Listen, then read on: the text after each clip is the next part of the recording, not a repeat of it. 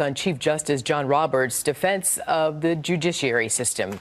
Hello, everyone. Happy Thanksgiving. Welcome to a brand new hour inside America's Newsroom. I'm Arthel Neville in for Sandra Smith. And I'm Rick Leventhal in for Bill Hemmer. Good morning. Nice to see you. Nice to see you as well. The war of words with the Supreme Court Chief Justice started with the president criticizing the federal judge who blocked the asylum ban, which led to Chief Justice Roberts publicly rejecting the president's assertion that the judicial system is biased. President Trump responding with a tweet this morning, writing, "Justice Roberts can say what he wants, but the Ninth Circuit is a complete and total disaster. It is out of control, has a horrible reputation, is overturned more than any circuit in the country, 79%, and is used to get an almost guaranteed result."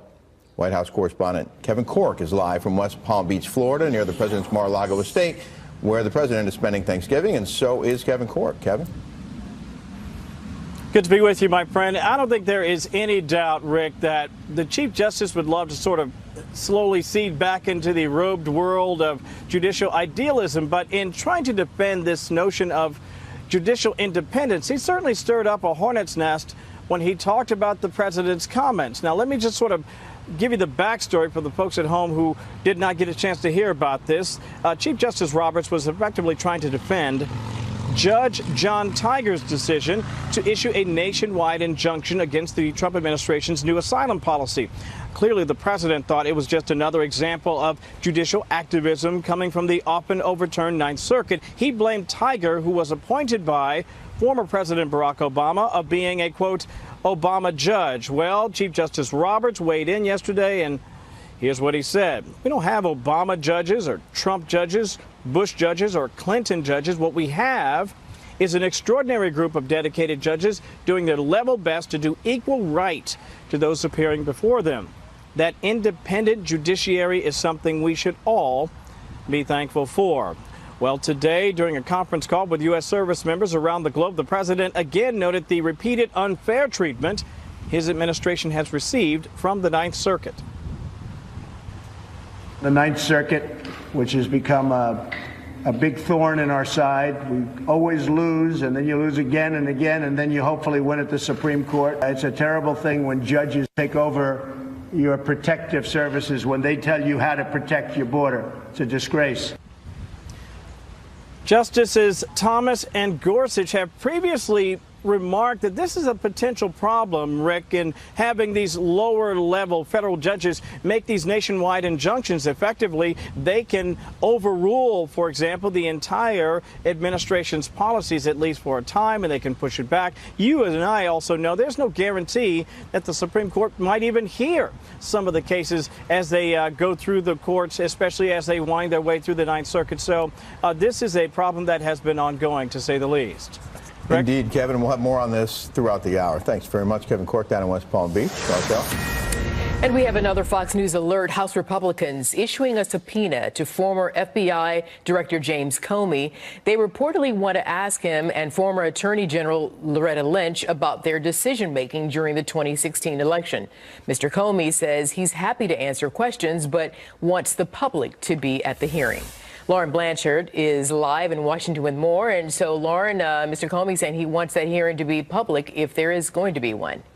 Right, Arthel, and just breaking a little bit ago, reports the House Judiciary Committee has sent subpoenas to the former FBI Director James Comey and former Attorney General Loretta Lynch. They want them to appear before the committee December 3rd and 4th, respectively, to testify at a deposition. Comey tweeting a few minutes ago, confirming he has received the subpoena, quote, "Happy Thanksgiving. Got a subpoena from House Republicans. I'm still happy to sit in the light and answer all questions, but I will resist a closed door thing because I've seen enough of their selective leaking and distortion. Let's have a hearing and invite everyone to see." There is some disagreement on if the hearings should be public. Democrats want them to be in full view, but Republicans, including the chairman of the committee, Republican Bob Goodlatte, have preferred a closed-door session. We want to complete this investigation, then we'll make all of the transcribed interviews available to the public so that they can see exactly what we've been investigating. But we're not going to have him testify in public so that other people can see him testify, and then suddenly their testimony seems to match up with his. And Goodlatte may be retiring, but this would be his final act as chairman to make Comey and Lynch appear to answer questions in front of the committee before power of the House Judiciary shifts to the Democrats. The Democrat who is expected to take over, Jerry Nadler, said last week it was unfortunate that the outgoing majority was resorting to these tactics. Goodlatte says he wants to question Comey and Lynch to discuss their decision-making during the 2016 presidential race, including how they handled the Clinton email case and the Trump-Russia collusion case, and why he says he believes they were treated differently. Arthel? All right, Lauren Blanchard, thank you very much for that report. Rick? For more on our top stories today, let's bring in Robert Donachie, White House correspondent for the Washington Examiner. Good morning to you, sir. Thanks for having me, and happy Thanksgiving. It's the same to you. What's your reaction to these subpoenas being issued to Comey and Lynch? Well, I think this is something that we've seen conservatives in the House wanting for quite a long time, Republicans as well. House Freedom Caucus co-founder Jim Jordan has repeatedly called for, along with Goodlatte and others on that committee, for Comey and Lynch to testify about what happened in the lead up to the 2016 presidential election. The president went off again this morning on the Ninth Circuit. Your reaction to his comments? Do you think his complaints are justified?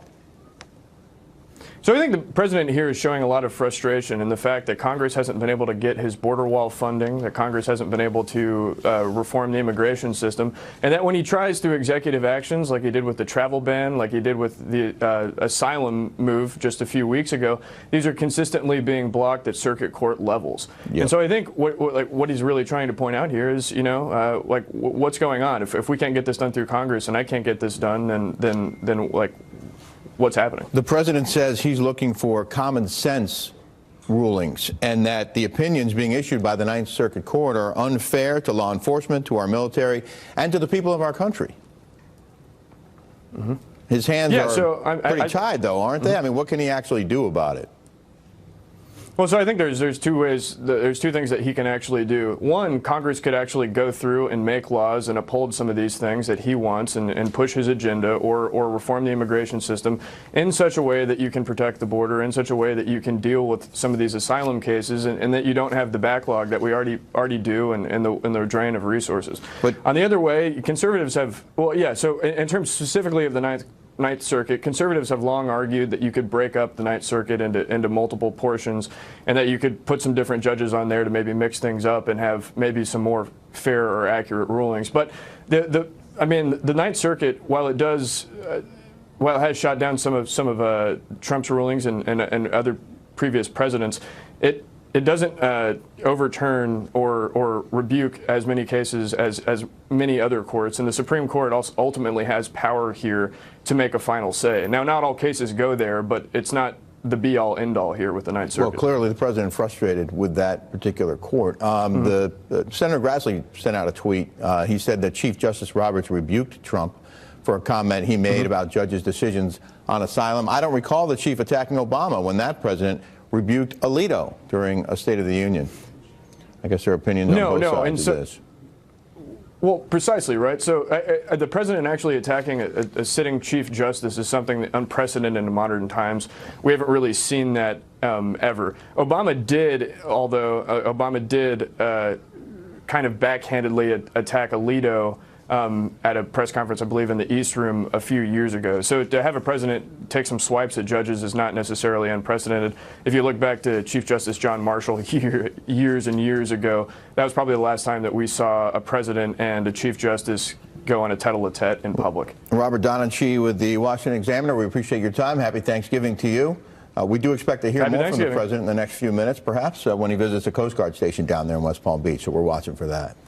We certainly are. And meanwhile, the president is warning the U.S. would have a lot to lose if we broke ties with Saudi Arabia.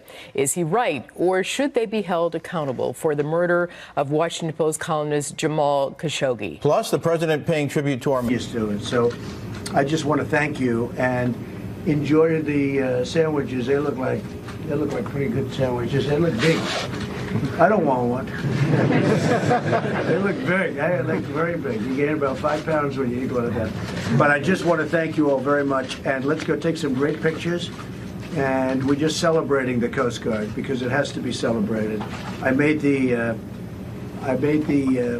little speech up at your Coast Guard Academy. How many people went to the Coast Guard Academy from here? Oh, where's all the Coast Guard Academies? Okay, good. Now I feel better. We did a big speech up there, and we met some tremendous people. I'm surprised that I figured this whole room would have their hands up, right? So you went to a lot of other schools, great schools. That's good. That's really good. It's an honor to be with all of you, and thank you very much. And let's go have some fun. Where do you want to take them? Where would you like to? Right here? Wherever, sir. Good. So Station Lake Worth, kind of crowd in here.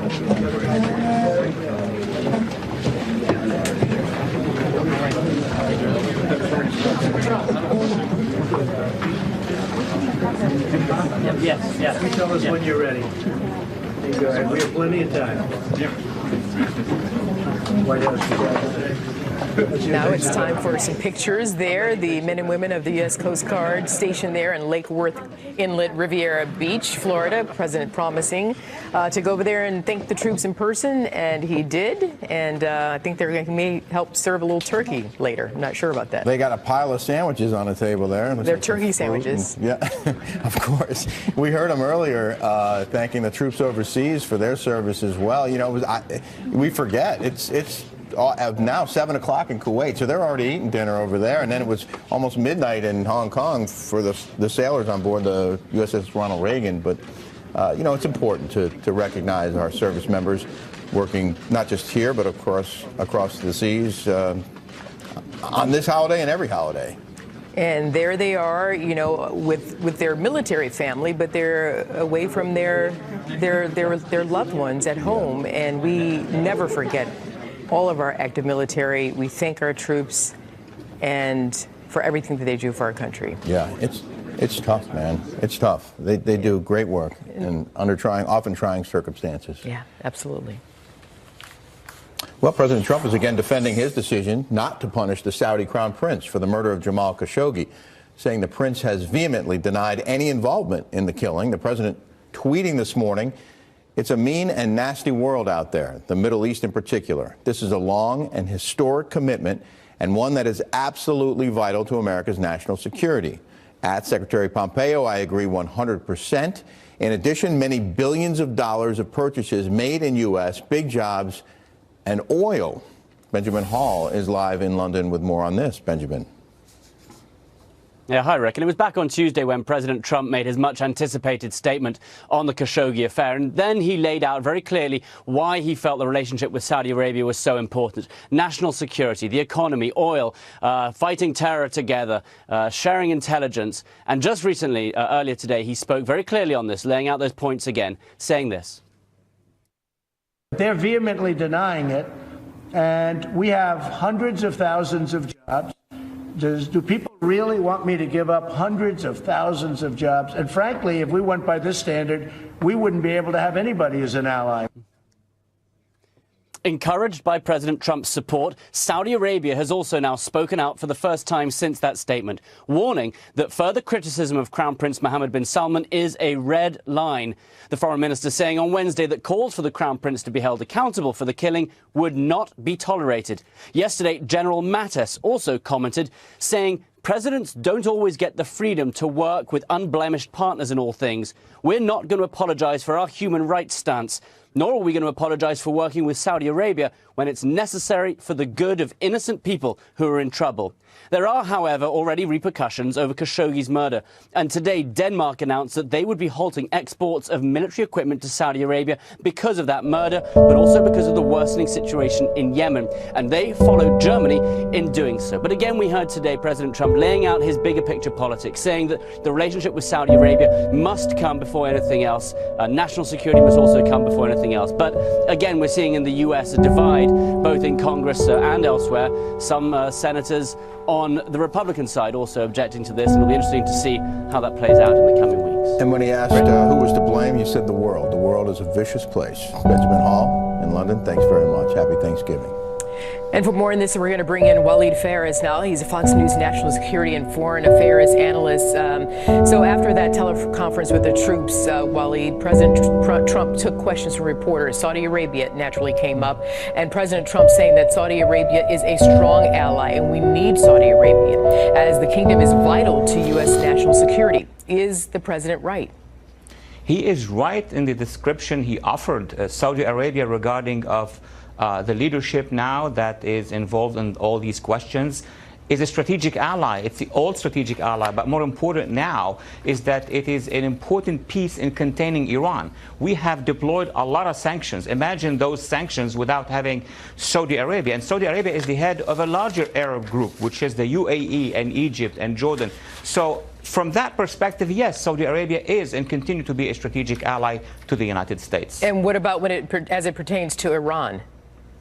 Well, when it comes to Iran, I mean, let's be very clear. Iran is deployed and is expanding in the region. We all know that Iran is now dominating Iraq and Syria and Lebanon, very large parts of Yemen. And in the center of this deployment, you have Saudi Arabia and its allies trying to contain, which tell us more about the statement of the president.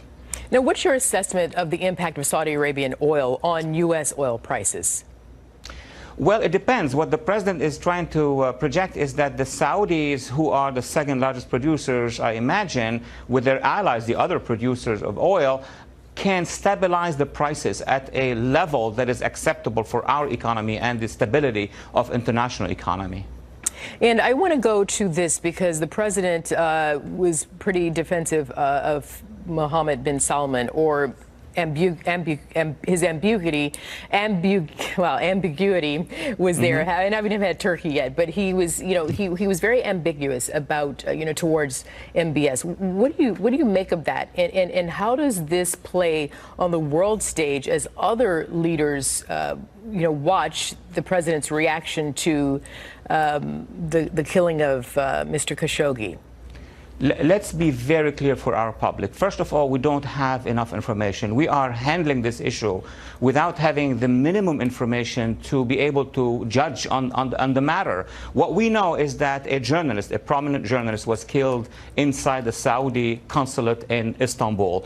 We don't know how the order was given unless somebody knows and needs to inform us. We don't know if there is a political dimension to it. And what we know is other countries, some are allies and some are not, have been conducting extradition or extraction of their own citizens. So if you want to address this issue, let's have an international conference on this matter to ban or not these actions, these type of actions in general. Now, with regard to MBS, Mohammed bin Salman, regardless of this issue, he is crucial for the United States in terms not just of containing Iran or not just because of the contracts. The most important thing I would say is the fact that he's doing these deep reforms inside Saudi Arabia that would affect the entire Muslim world. That's the real challenge that we're having right now. So does that mean there's the president choosing? Got to go. Waleed Phares, I had a follow-up, but I have no time. Thank you very much, sir. Happy Thanksgiving. Thank you. Happy Thanksgiving to you. Again, over her email scandal and the 30,000 messages deleted. He tells The Hill, quote, "Of course she should be investigated. There's plenty of evidence that Hillary obstructed justice by destroying evidence in a gross and massive way." This comes on the heels of a New York Times report that the president wanted to order the DOJ to prosecute Clinton and former FBI Director James Comey. Joining us now, Anna Paulina, Director of Hispanic Engagement at Turning Point USA, and Doug Schoen, Fox News contributor and former pollster for President Bill Clinton. Good morning to you both. Good morning, and happy Thanksgiving. Happy Thanksgiving. How are you? I'm good. Anna, where's this all going? I'd have to say that with everything that happened with President Trump and the border, the Dick Act of 1903 established the ability of the president to federalize the National Guard and basically call forth the National Guard in times of crisis and national emergency. And I thought we were talking about Hillary's emails, but we can get to the border. Yeah. Before we get there, I'll give you a reaction to that. Doug, I think, I totally. Please. think it's only fair that there be a look at Secretary Clinton. I one of those who thought from the start we needed a second special prosecutor, given what was alleged and what I think she's acknowledged she did. Let's give her the same sort of scrutiny that we've given President Trump. I am all for finishing the Mueller investigation. I'm all for starting a Clinton investigation. I'm just amazed that with everything going on in the world, we still have Hillary Clinton in the headlines. Well, she's come back up. She won't go away. She's like herpes. Okay. That's news that we're breaking here. Not appropriate. Can we talk about the border then? Sure. And Doug, let's go back to you. Sure. The president has made this a priority. He's very upset with the Ninth Circuit's decisions, and very upset with the way that the issue's been handled up until now at the border. What say you? Well, look, I'm one that's for border security. It isn't clear to me that we needed 5,000 troops at the border at the end of the election. I am, frankly, for doing a compromise with the new Democratic House. Do border security, do a pathway to citizenship for those who are here illegally, and protect the DACA people, the dreamers. And I think we can solve the problem, get the wall, get security done. But I really don't see the need for the 5,000 troops now and to empower them to a greater extent than they previously have been, which is to support border patrols. I really think is going beyond what we really need. Well, I can tell you from being down there and seeing it firsthand, the Border Patrol agents are grateful for any and all assistance they can get, because they do have their hands full, especially in Southeast Texas, where they're arresting or detaining 800 to 900 people every single day. I wasn't disputing that, Rick. Yeah. I was saying supporting them is fine. I don't think we need to empower them more to a greater extent, as the president and his chief of staff have tried to do. And I would think on Thanksgiving, Rick, we'd want to focus on getting a deal done to have border security going forward on a bipartisan basis, rather than having the sort of slipshod reaction, not slipshod, it's the wrong word, but having haphazard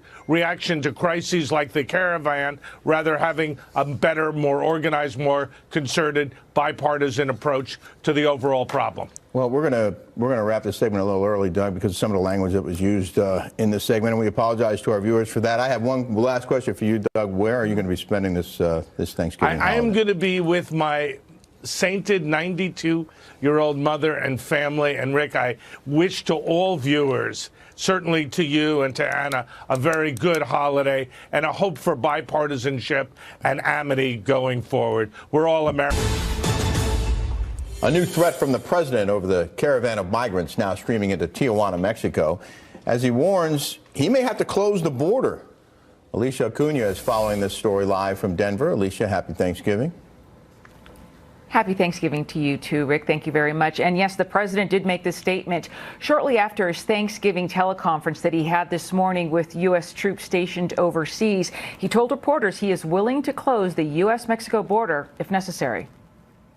If we find that it gets to a level where we are going to lose control or where people are going to start getting hurt, we will close entry into the country for a period of time until we can get it under control. Earlier this week, the U.S. government blocked traffic coming in from Mexico at the border crossing in San Diego for several hours. Troops put up new security barriers after residents in Tijuana held a protest on Sunday over the arriving Central American migrants. On Wednesday, Secretary of Defense James Mattis addressed the administration's order allowing for use of force by active duty personnel, reminding reporters most of the 5,800 troops on the southern border are not armed and are there to serve as support for the National Guard and Border Patrol. They are also putting up wire fences and barriers with hopes from at least one commander that many would be home by Christmas. On that timeline, Secretary Mattis said, quote, "Some of the troops certainly will be because we can anticipate based on how many miles of wire the engineers have to place when we think they will be done. We know how to lay wire. We know about the rate we can do it over certain types of terrain. So as long as DHS doesn't assign us more missions to lay more wire, which they could, then we can anticipate they would be home." Now, as the number of asylum seekers at the border continues to increase, about 100 are being processed by immigration authorities a day. Rick. Alicia, the feels like temperature in New York is 1 degree today. I'm curious what the weather's like in Denver. We're going to have a high of 60 today, Rick. Oh, my. Are you kidding me? 60 degrees? 60? No fair. Oh. I love Denver. I'm telling you. That's why. I understand, but, you know, you have thousands of people freezing their tails off in New York watching a parade. It really doesn't seem fair. Enjoy it, though. Yeah, enjoy it. It doesn't seem fair, I'm sure, but it's still New York, which is glamorous and glorious in and of itself. Right? You got that right. You got that right. No better place on earth. My phone here says the temperature, stupid. There's no number. Stupid. I would agree with that. All right. Well, a holiday away from home.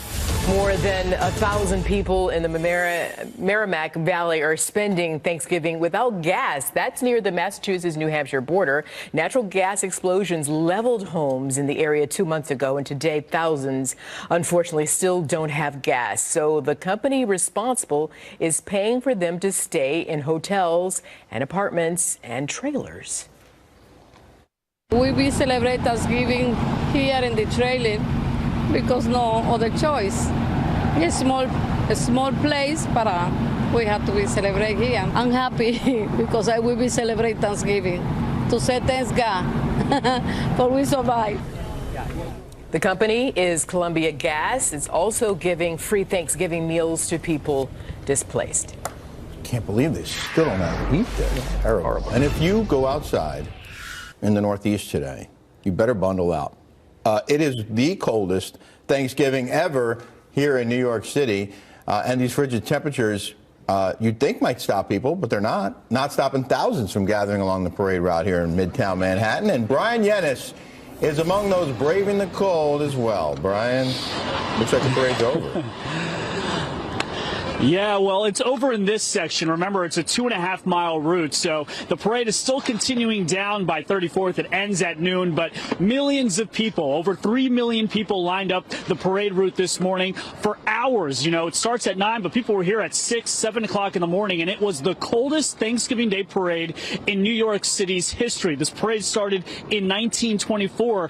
The temperature this morning was 20 degrees. That breaks the record from 1930 when it was 21 degrees. It's not only the coldest Thanksgiving Day parade, it's the coldest Thanksgiving Day for millions of Americans in the Northeast, including here in New York. It's going to be the coldest Thanksgiving since 1901. And yesterday, they blew up the Thanksgiving Day balloons, those 16 giant characters that are famous all over the world. And there was a concern this morning that the winds were going to be so strong that they weren't going to be able to fly them. Well, luckily, they were able to fly them this morning, although they were a little lower than normal, just out of a precaution because of the gusty winds. The mayor told everybody here to bring all of their, well, every single piece of warm clothing they had, and people were mostly here. I mean, the crowd looked exactly like it looked last year when it wasn't as cold. And, you know, it's not just here in New York. The record temps are all over the Northeast, from Maine to Virginia, from the teens to the 30s here. It's going to break records for millions of people. And by the way, for travel, last night, everything seems to be looking good in terms of what we see in the air. But last night, there was an Amtrak train, 68, traveling from Montreal to New York City. 2 of the cars actually separated during that train ride, and 278 passengers were forced to move on to another train. So there were some issues there with travel. But again, Rick, over 54 million people traveling, over 3 million people here enjoying Thanksgiving Day parade. And so far, in terms of travel delays, nothing really crazy at the airports. No major cancellations or delays. And the Thanksgiving Day parade, by the way, this year was absolutely beautiful, despite it being bitterly, bitterly cold. Diana Ross, John Legend, Bad Bunny, Goku, the new balloon this year, was fantastic. So it was a good time. I don't know if you guys know Goku, but that's from Dragon Ball Z back in the day. So. I just hope these people who are coming to New York for the first time to watch this parade know that it's not normally this cold here, that this is unusual. Because this is unusual. What is the date? November 22nd. It's really cold. November? No, it shouldn't. Yeah, it's really cold. And to be clear, they inflated the balloons, Brian. It sounded like you said they blew them up, but they weren't blowing them up, but they were blowing them up. You're right. I apologize. You're right. They inflated them. They weren't blowing. They weren't destroying them. Good. That's good to know. What was your favorite float? Your favorite? I gotta say it was Goku. He's a Dragon Ball Z anime character. It's the first year they did it. I think it was among the biggest ever, too. Usually it's the Grinch, though. The Grinch always gets me every year. Hey, Brian, have you had any sighting of Diana Ross? I didn't get to see her, you know what? And John Legend, though, he went right past us, but he was on the other side of the float. So that didn't do us any good because we were on the other side of the street. But I saw him from behind. You looked, you know, waving at everybody. I like his music.